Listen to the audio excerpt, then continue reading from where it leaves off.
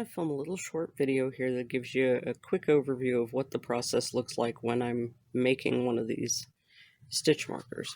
So I've got my tray, I've got my tools off here to the side, and I have the box of doom I'm meaning to work with. Let's work with these because these are big and easy to see. So I picked up these multicolored heart beads a while ago and didn't have a project in mind for them exactly, but they'll be a good one to use for the purposes of this video. Now, I'm a silver fan. I think silver is going to look good with these more so than gold. So the next thing I'll do is dig out my bag of silver findings.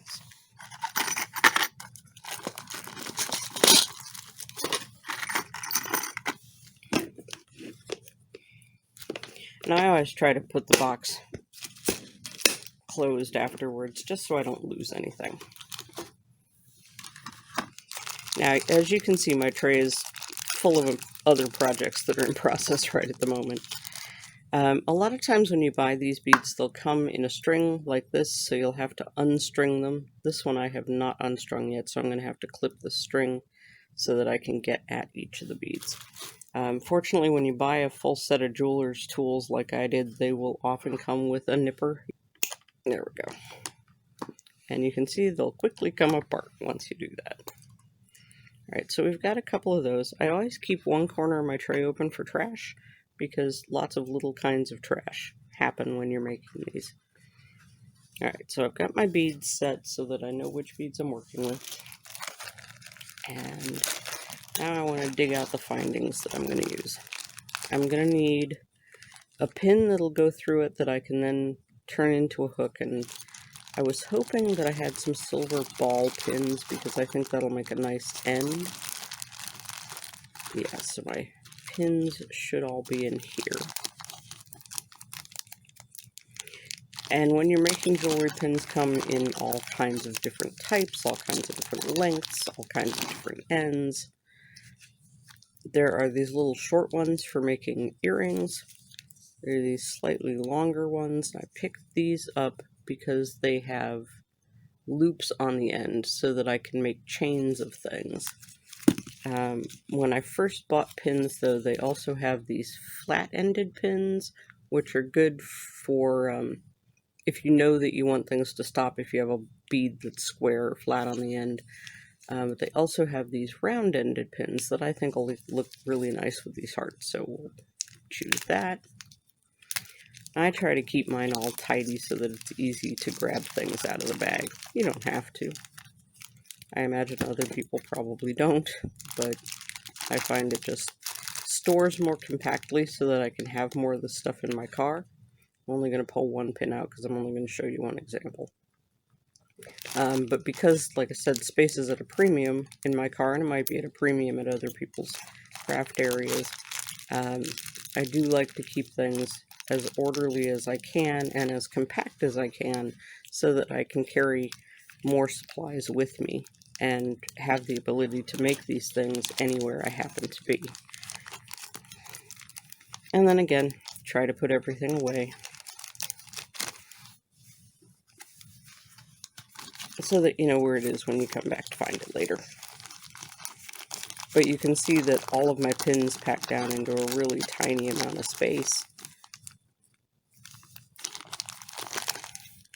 And then those pack down within all of my silver findings.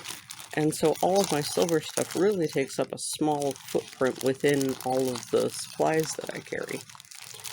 Now, I'd also have to decide if I want the stitch marker to be for knitting or for crochet. I like the ability to do both crafts, and so I'm very fond of the lobster clasps that are out there, which these are not. These are split rings. Obviously, I grabbed the wrong thing. But the lobster clasps have the ability to be used on either craft, which is super handy for those of us who both knit and crochet. There we go. So I keep my split rings in one bag, my standard jump rings in another bag, and my lobster clasps in yet another bag. And that way, again, it's all to keep things organized and compact So down in here, I need to find one that's going to be a size that I want to put on a bead that size. And I might be out of those. I don't know. These will work. They're a little large for it, but they'll do. And again, this is mainly so that you guys can see sort of what the process looks like. Alright, now that the bag is open, we can actually pull one of those out. And we'll set that here to work with. So typically I'll set my clasps in one hole, and I'll set all of my pins in another hole, and that way they don't get lost while I'm trying to build it. Like I said, this tray is in the middle of so many other projects right now, but I wanted to be able to film this for you and give you guys an idea of what the process looks like. Now, I know you're used to seeing travel videos on this channel, and I promise there will be more travel videos going on in a bit. But a way that I'm hoping to make money while traveling is to also turn my craft hobbies into money-making ventures. Okay, so as much as I want to use this ball end pin, I don't know if you saw what just happened there, but the ball is bigger, is smaller than the hole in this particular bead. So I either need to put a secondary bead here that'll stop the ball pin from coming straight through it, or I'm going to have to use a different type of end. The posts that I have pretty significant ends to them. So you can see that the post ends are a lot bigger than the ball ends are. So probably I could use a post here. Yeah, and the post would stop. So I could put a post in there if I wanted to. It's not really the look I'm going for, but for demonstration purposes and to make this video shorter, we will go with that. Because again, this is demonstration video. So once you've got the type of end you want working for you, then it's just a matter of turning the wire so that you can get your hook going, because you need somewhere to put the clasp you're going to use. Now, I would never mix the gold and the silver like this because I don't like the way it looks, and I don't think most shoppers would like it either. But you get the idea. This is purely to show you guys sort of how it's done. And so you get that rounding around, do a little bit of finessing, get it as closed as you want it, which for me would be a lot more fussing about because that's not nearly closed enough. But you get the idea. Once it's all closed, which this isn't, but once it is, then you've got your stitch marker. Just like that. A nice, simple charm on a hook, on a lobster class, so that you could either slide a knitting needle through here, or you could hook this onto your yarn wherever you happen to be in the pattern. And that's the quick and dirty. Now, when I'm working with beads that already exist and findings that already exist, that's about how quick it is. Now, other things that I'm working with, the set of beads that are up here right now, to get this, you start with polymer clay, and polymer clay has to be worked. So let me show you that process real quick. Still in the box of doom. Now, I purchased most of the polymer clays that I own from an estate sale. So I got like a box that had a ton of different things in it, including a whole bunch of Sculpey. And the whole box itself was like $5. If you've ever gone out and bought Sculpey, these are $2 or $3 a packet. So it was a really good deal. Now the purple here, or the rose color, is the only one that's really soft enough to work right out of the package. All the rest of them have to be conditioned a lot. So I'm not going to show that on camera because it'll take too long. But you still want to condition any clay that you get right out of the package. And by conditioning it, they're talking about just, folding it, rolling it. Imagine that you're making pizza dough. And so you want to get the glutens all going in the right direction so that your pizza dough is stretchy. It's the same basic idea with polymer clay. Get the camera back in focus. And then once you've got it as conditioned as you want it, then you want to put it into whichever shape you plan to use. So let's say I'm going with a standard ball. The next thing that you want to do is make sure that when you bake it, baking it is how you take polymer clay and turn it into a hard substance. You want to make sure that you put the hole that you're going to have in it. So one way you can do it is bake it on the pin that you plan to have that size hole. Another thing I see a lot in videos are toothpicks. You can use skewers, which will let you put more beads in a row. Skewer holes are a lot bigger. These pin beads, these are the smallest hole I can personally make. And then if you want it to have some texture, you find something that you're willing to put texture onto it with, and when it's not baked yet, you can add whatever kind of textures you want to it. So this would be an example of a simple dotted texture. And then you follow the directions on the package and you bake it. And you can do other things. You can add mica powders to it, you can add foils to it, you can paint these. Generally paint them after you've baked them, but before you bake it, it's a malleable clay that you can do whatever with.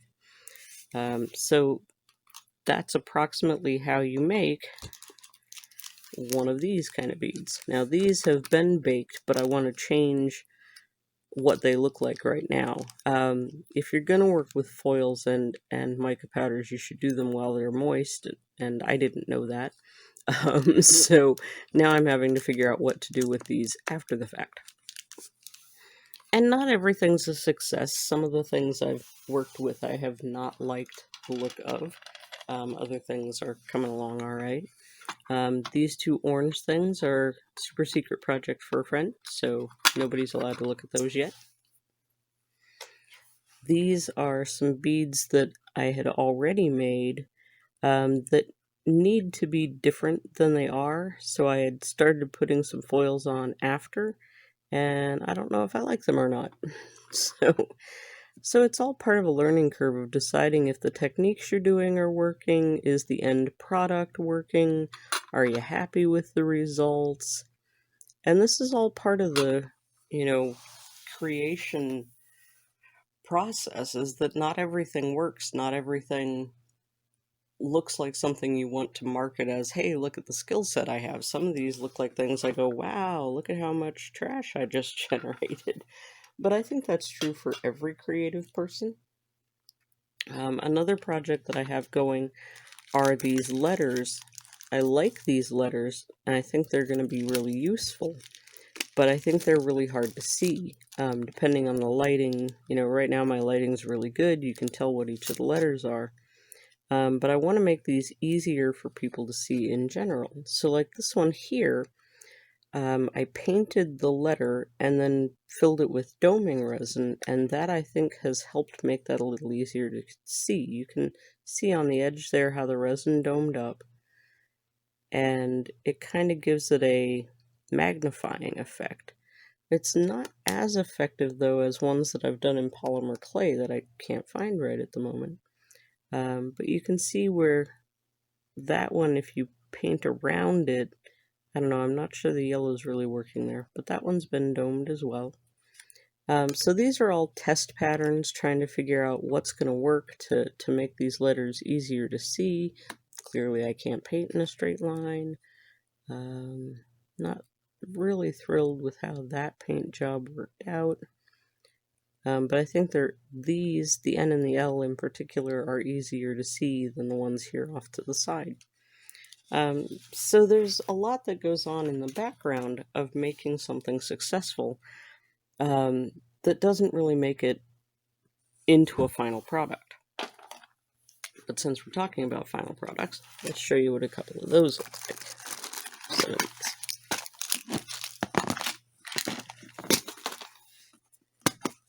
now over in this bin, these are some of the Sculpey things that did seem to turn out alright, that I like the look of and that I'd be willing to sell to someone. I'm going to bring that brown board back up here so it's a little easier to see. There you go. So there's that one. These were some pre-made beads that have been turned into stitch markers. And those came out okay. I had some shell beads that I think I got in a in an exchange, and those are now a set that's available up on the website. In this box is where several of the chain row counters ended up at, and I'm really pleased with how those are turning out. This is the one I want to put those back. These chain row counters are a way of counting what row you're on in your pattern by running your knitting needle through these different numbered spots. If you were doing it with crochet, you would have a second marker that would hook on and show you what row you're on. So I like the way that turned out, and I made a set of stitch markers that would go along with it. And so these I would sell as a complete set. So now you would have your chain row counter, thing that would indicate on your chain row counter what row you're on, and stitch markers that would match the entire set. So I'm really happy with how that's turning out. So this gives you a sense of the kind of products that I'm aiming for and some of the tools that I'm using to get there. Let's pull all of these off. I have one more thing I want to show you real quick.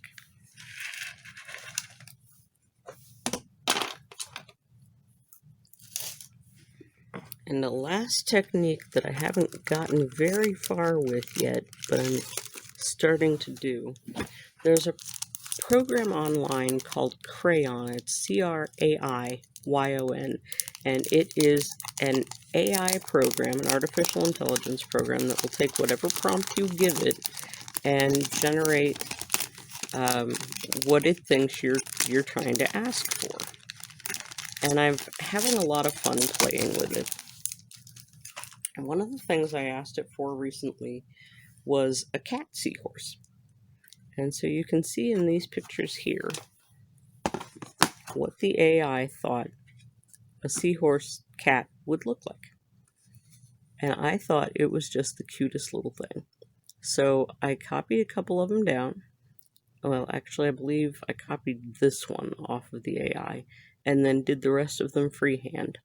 And I want to go back in with some markers or paint or whatever I end up using and color these shrinky dinks in, and then put a hole in them, and that will enable these to become stitch markers as well. They'll not be very thick, but they'll be super lightweight and hopefully just ridiculously cute. So the AI program and I are having a lot of fun. This is what happens if you ask for a koala dragon. That's what you get there.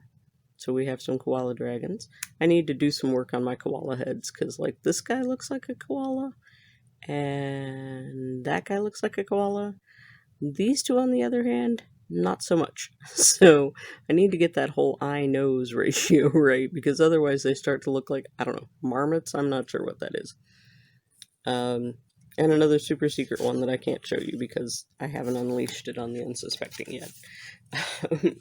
So I say stitch markers, but I also mean shrinky dinks and polymer clay and playing with beads and anything else I can think of that I can turn into a stitch marker. Oh, I haven't even shown you the resin room yet. Let me put all these away and I'll go show you where we've been doing resin casting at.